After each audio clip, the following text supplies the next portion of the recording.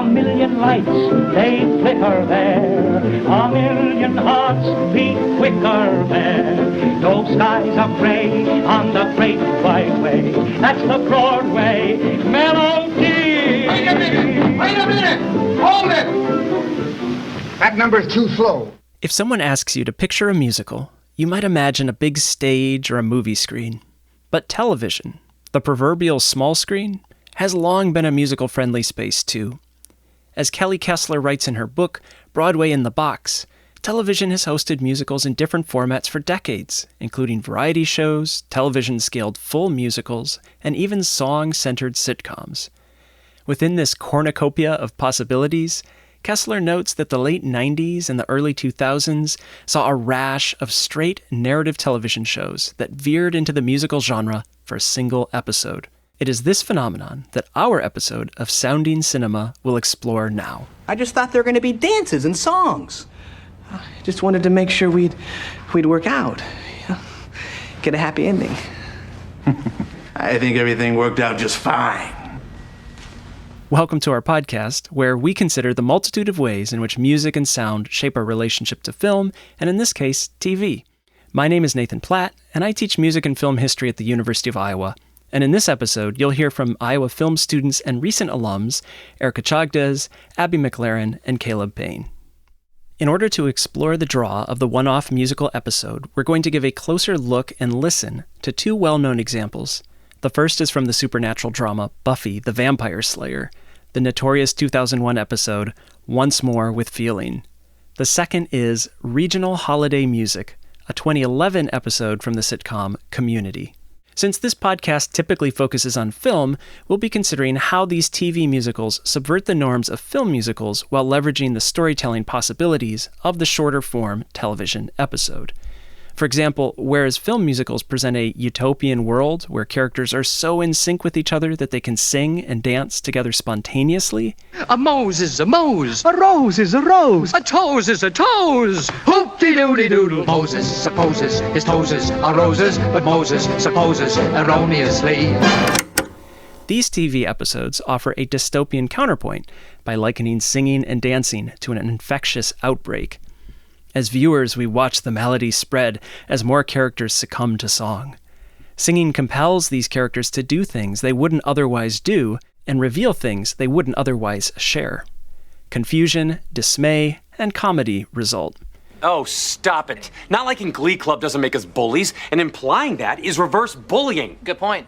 Sing about it? No! Fortunately, the episodic structure ensures that the musical bug is quarantined to one episode. In another contrast to movie musicals, where lapses in performance quality are a strike against the film, these episodes create a more accommodating space.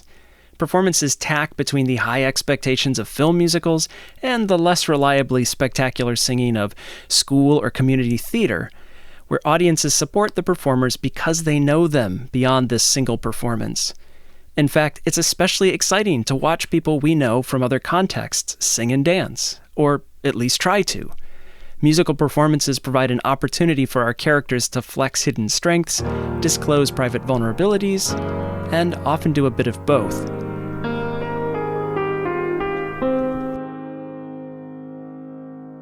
If you've heard our previous episode on Jacques Demy's French 60s musical, The Young Girls of Rochefort, you'll notice that we're trying out a different format here by working from a collectively written script. In this podcast series, we like to experiment with different methods. It opens up different avenues for processing and sharing ideas. Everyone wrote different parts of the script and then reworked material as we determined who would cover particular sections during the recording. You'll hear Erika first, then Caleb, then Abbie. Enjoy the show.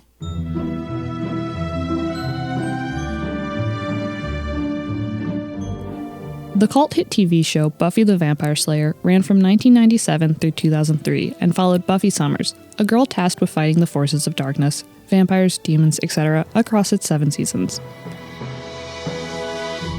The show aired on the WB for 5 seasons before being canceled and picked back up by UPN, which aired the last 2 seasons, including Buffy's musical episode Once More with Feeling.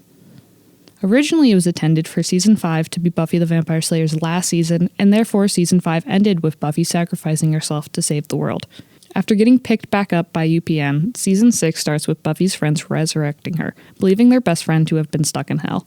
However, in season 6, episode 3, Buffy confides in Spike, a morally gray vampire who is in love with her, that she was in heaven, not hell, and makes him swear to not tell her friends. Season 6 as a whole deals primarily with Buffy's depression following her being pulled from heaven and not given the ability to finally rest from her duties as Slayer. It is this larger story and Buffy's internalized unhappiness that Once More with Feeling confronts. Every single night, the same arrangement. I go out and fight the fight. Still I always feel the strangest estrangement. Nothing here is real, nothing here is right. I've been making shows of trading blows, just hoping no one knows that I've been going through the motions, walking through the part. Nothing seems to penetrate my heart. The episode is about a mystical epidemic that infects the town with spontaneous singing and dancing. So did anybody, last night, did anybody, burst into song? Merciful Zeus. We thought it was just us. Oh, sorry. It was bizarre. We were talking and then it was like... Like you were in a musical.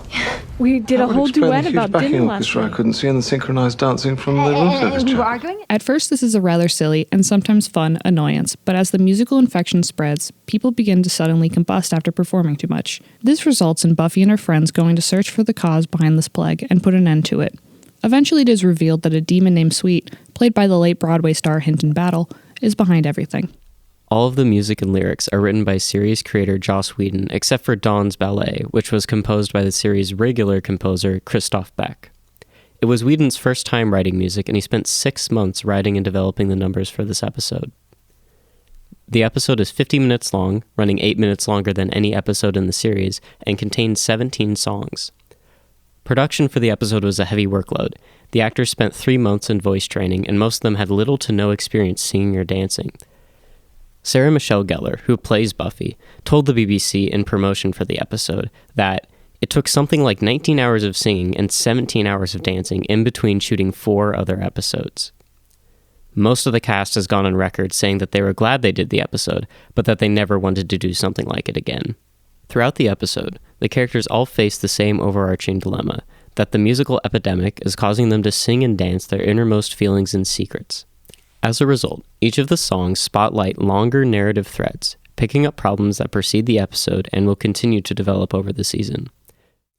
For example, in I'll Never Tell, the engaged couple Xander and Anya sing about their annoyances with each other and their doubts about marriage, and the fact that they never tell each other these things, even though they are performing in the same room and often to each other. He snores. She wheezes. Say housework and he freezes. She eats these skeezy cheeses that I can't describe. The two acknowledge the awkwardness of singing their feelings to the other, but never address the root of the problem, which eventually escalates to Xander leaving Anya at the altar 9 episodes later. The vibe gets kind of scary. Like she thinks I'm ordinary. Like it's all just temporary. Like her toes are kind of hairy, but it's all very well, 'cause God knows I'll never tell. In Under Your Spell, Tara sings to her witch girlfriend Willow about her relationship's bliss and being under Willow's spell. I'm under your spell. How else could it be? Anyone would notice me. It's magic, I can tell. How you set me free, brought me out so easily. This is ironic because Willow is magically wiping Tara's memory to keep their relationship from having problems and to hide her magic addiction. This escalates to Tara finding out and breaking up with Willow in the next episode, and eventually Willow becoming so addicted to magic that she fully embraces dark magic later on in the season. As Buffy arrives at the Bronze, the local club and hangout spot, to fight Sweet the musical demon, she instead begins to break out into song. The number is rather complicated, switching as if on a dime from a slow ballad to a more upbeat rock performance, and back again as she sings in front of all her friends and her sister. Where there's life, there's hope. Every day's a gift. Wishes can come true with so long. You work so hard all day to be like other girls, to fit in this glittering world. This escalates to her revealing for the first time to everyone that she was not in hell as they had all believed, but heaven instead. It's then followed by her attempting to dance herself to death until Spike stops her and continues the song by telling her that she should keep on living.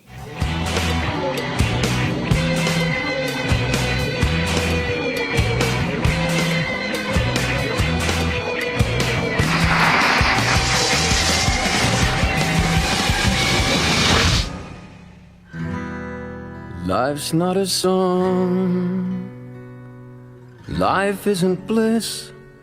Life is just this. It's living. Not only is this the biggest moment in the episode, but it is also a major moment in the entirety of season 6.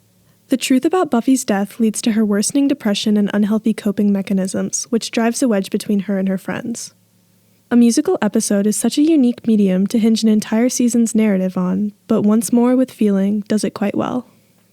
When taking into consideration that the majority of the cast does not have a history with singing or dancing, and that autotune was not as widely used as it is today, it explains why some of the performances aren't to the caliber that we've come to expect from a musical movie or live show.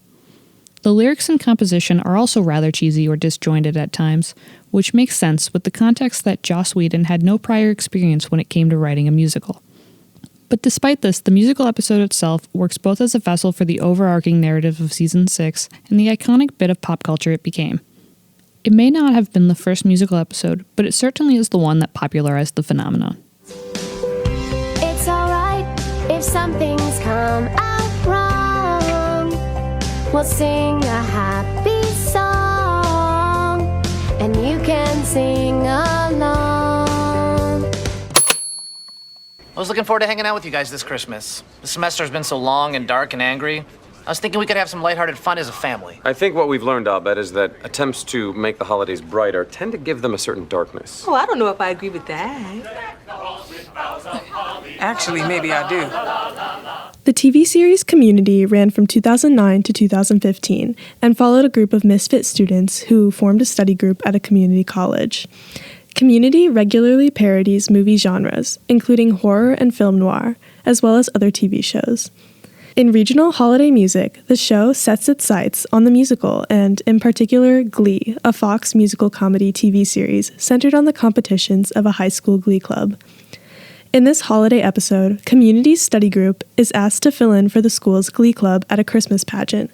Look, when the last glee club died in that bus crash, you guys stepped up, and you were the best gosh darn emergency substitutes I've ever worked with. Oh. Well, this time, I'm not gonna kid you. It won't be easy.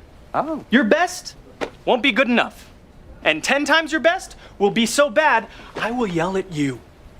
But I promise, if we dig down... Pass. Yeah. Okay. The group declines, but one by one, they are lured into joining the club through song. They eventually perform at and ruin the Christmas pageant. The episode was one of the show's longest to shoot, taking 6 days. Ludwig Göransson, the show's composer, wrote the songs. Göransson is perhaps better known today for his Academy Award-winning music for Black Panther and Oppenheimer. The episode premiered less than a month after the release of Community regular Donald Glover's debut studio album under the name Childish Gambino, which Göransson co-produced. The episode packs 6 songs into a 21-minute episode and covers a wide variety of musical styles suited to each member of the study group. 2 of the standout songs are Jehovah's Secret Witness, a rap duet between the characters Troy and Abed that convinces Troy to join in on the glee. What if you were a Jehovah's Witness that was merely pretending to be into Christmas, gathering clues and blending in to take down the holidays from within? You mean like a spy investigating? Making it seem like I'm celebrating when actually I'm infiltrating Santa's operation? Yoip! Going deep, cover past enemy lines, making everything... And Baby Boomer Santa, which explores musical styles of several decades and attributes each his great qualities to the character Pierce's generation, luring him into the Christmas pageant. Baby Boomer Santa, thank you for MTV. Throughout the episode, musical glee spreads like a virus. The mechanics of this infection are largely unexplained and unimportant. When one character sings to another, they somehow adopt the desire to join the glee club and become fascinated with the idea of making it to the ambiguous regionals competition. And to think they were this close to regionals. What the hell are regionals? They're this close, Pierce. Justification exists more clearly in satirization. The more tangible reason for song is so Community can poke fun at Glee. Songs are clearly pointed to characters' weaknesses, perhaps a joke about the applicability of Glee songs to characters' stories in any given episode. In the Community episode, the song Glee, sung by the Glee Club instructor, is the most referential of its namesake series, and ropes the television-obsessed Abed into the Glee Club through TV musical gimmicks, like a piano that continues playing after its musician stands up, spinning camera work, nonsensical rhymes, show choir choreography, and vocal opt-ups. I just want my friends and I to have a Merry Christmas together. Well, maybe you could start by giving them the greatest Christmas gift of all. What's that? Glee, it's a feeling you get when your brain finally lets your heart get in its pants. This is also the song where we're introduced to the idea of song as a virus. Glee is what I'll spread to my friends, like a virus that sends them to a healthier place.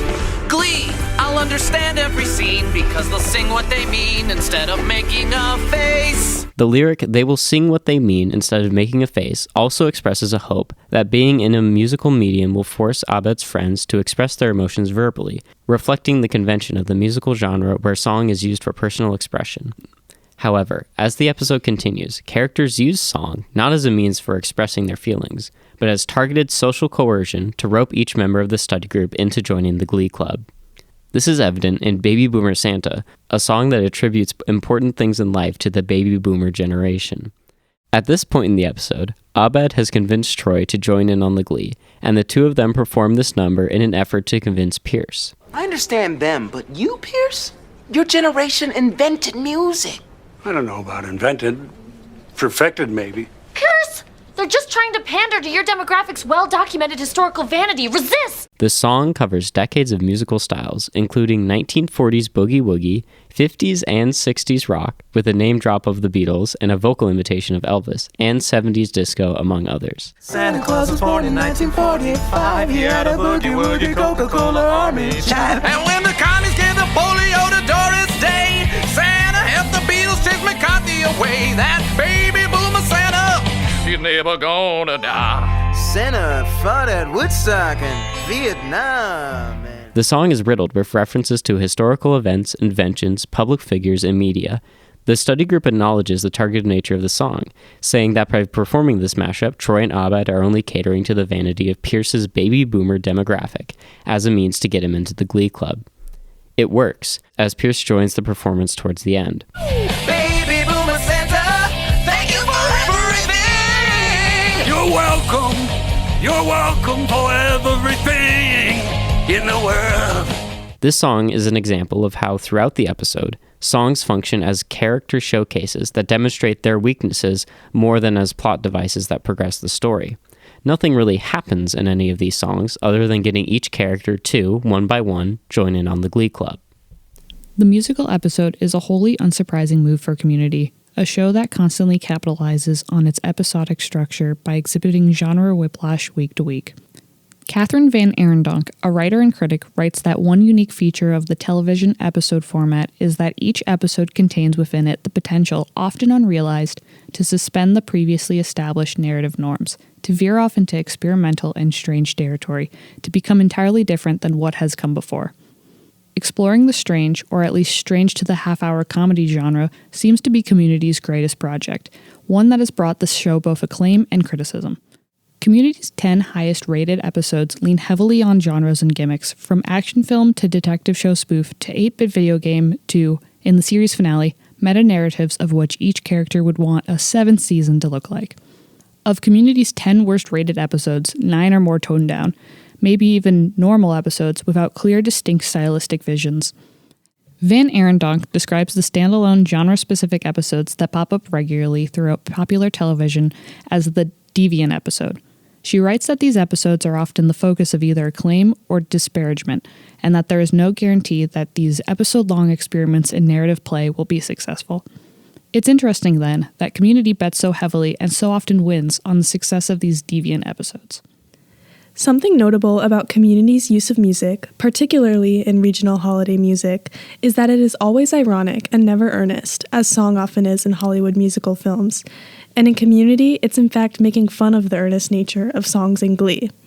Community sees music used for humor in an unconventional way. While jokes and clever rhymes and songs are just as amusing and funny as they often are in Broadway and film musicals, more of the humor comes from the presence of the songs themselves within the episode and their referential connections. It's funny, as many Community episodes are, in its parody of other media.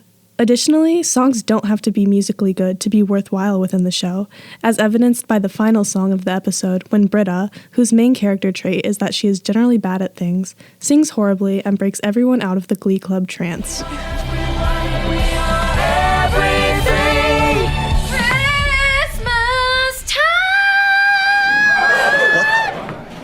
Oh, Britta's in this? So what? What's important about gimmick episodes like these? Van Arendonk argues that modern television shows, with their bingeable, season-spanning storylines, have lost some of the elements that used to make television unique to other media, and she specifically points to these deviant episodes as an example of the power of episodic media. Within the musical episode, we see a stunning example of the possibilities of the episodic format. The episode functions as part of a whole, but also as a complete unit in itself. The episode has an implied reset switch, promising that everything which occurs to shift the status quo of the characters, or in this case, the medium itself, won't carry over into other episodes. The modern era of television has seen the creation of more cinematically oriented shows which eschew the status quo upholding format, in favor of one which allows for gradual development of characters and plot lines that unfold over multiple seasons. Many have championed this as a maturing of television, finally placing it on the artistic pedestal alongside film. But this is simply because television now resembles film. The true strength of television lies in what was left behind, the ability to experiment each episode, try something new each week, and sing every now and again. Buffy, in comparison, is a show on more of a middle ground. Buffy doesn't contain a sitcom-esque status quo reset switch, instead favoring a more gradual, inter-episode development of character relationships. But the show's Monster of the Week format pits this evolving cast against a new antagonist each episode, making room for these experiments in genre and format. As we've seen already, Community is a series that especially uses the strict borders of the episode to delve into experiments in genre, with the majority of its episodes taking full advantage of this ability to rewrite the rules of the show from scratch. The series' best episodes arrive out of this practice of experimentation.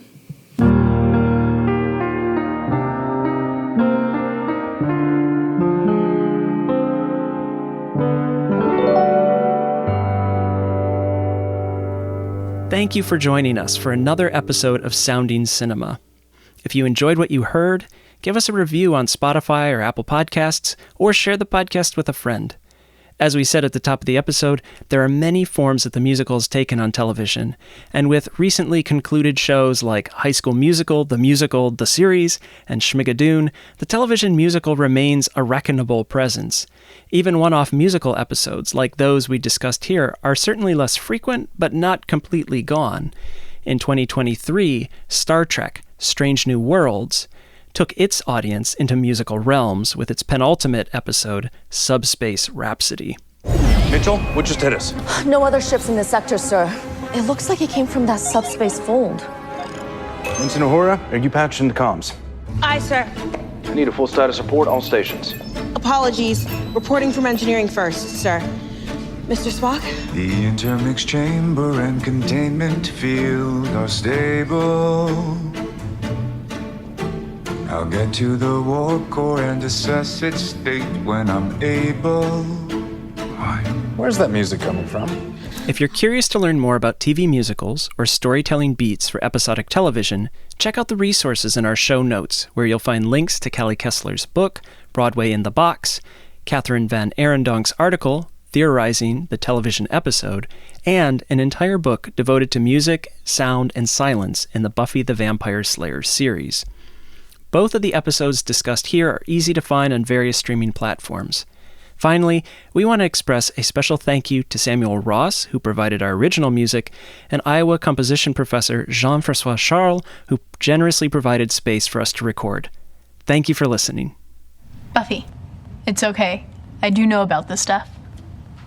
Besides, it's all kind of romantic. No, it's not. Come on. Songs, dancing around. What's going to be wrong with that?